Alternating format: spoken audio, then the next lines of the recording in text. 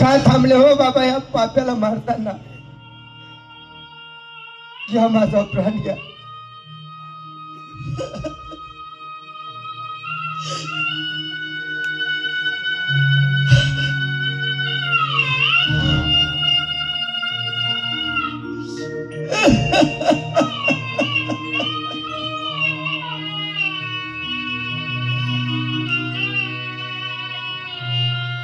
कसे हो माझे हात चालणार? कसे हात चालतील? या हाताने त्याला मी वाकवलाय. आई मेली त्या दिवसापासून आईचा प्रेम मी दिला.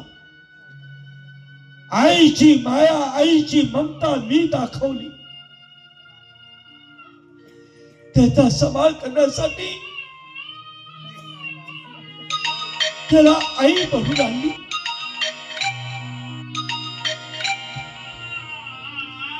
आणि बाळ आज माझ्या हातून तुझा का प्राण झाला? कशी हिंमत होणार या बापाची? ज्या मुलाला जन्म दिला त्या मुलाचा मी खून कसा करू? कसा मारू मी त्याला? बाबा माझं ह्या तुमच्या राज दरबारामधलं अन्न पाणी खुटलं हो, म्हणून माझं जीवनच एवढंच आहे. काही विचार करू नका, घ्या माझा प्राण घ्या. मी प्राण घेऊ शकत नाही.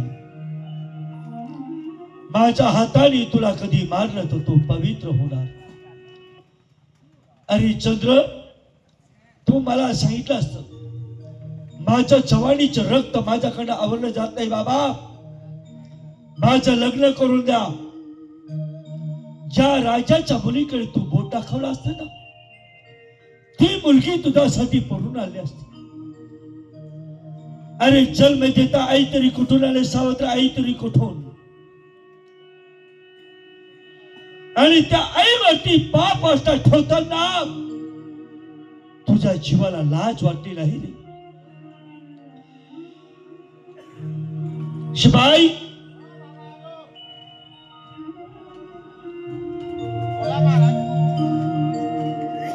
याच्या हातात बेडी टाका. ठीक आहे बाबा. हाता पायामध्ये बेड्या टाका, हातात तलवार घे, गावाचा बाहेर वेशीवरती नी. ठीक आहे महाराज. हे घाव 2 तुकडे कर. ठीक आहे महाराज. रक्ताने भरलेली तलवार आमच्या राणी साहेबाला दाखवा. ठीक आहे महाराज. पण आपल्या दरबाराचा नेम आहे, जे अंगावरती कपडे आहे ते अगोदर काढायला लावा. आपला दरबारातला कपल सुद्धा त्याच्या अंगावरती असं नाही काढू. त्यांचे कपडे काढतो, बेडी टाकतो, शिवेवरती घेऊन जातो. काढ कपडे.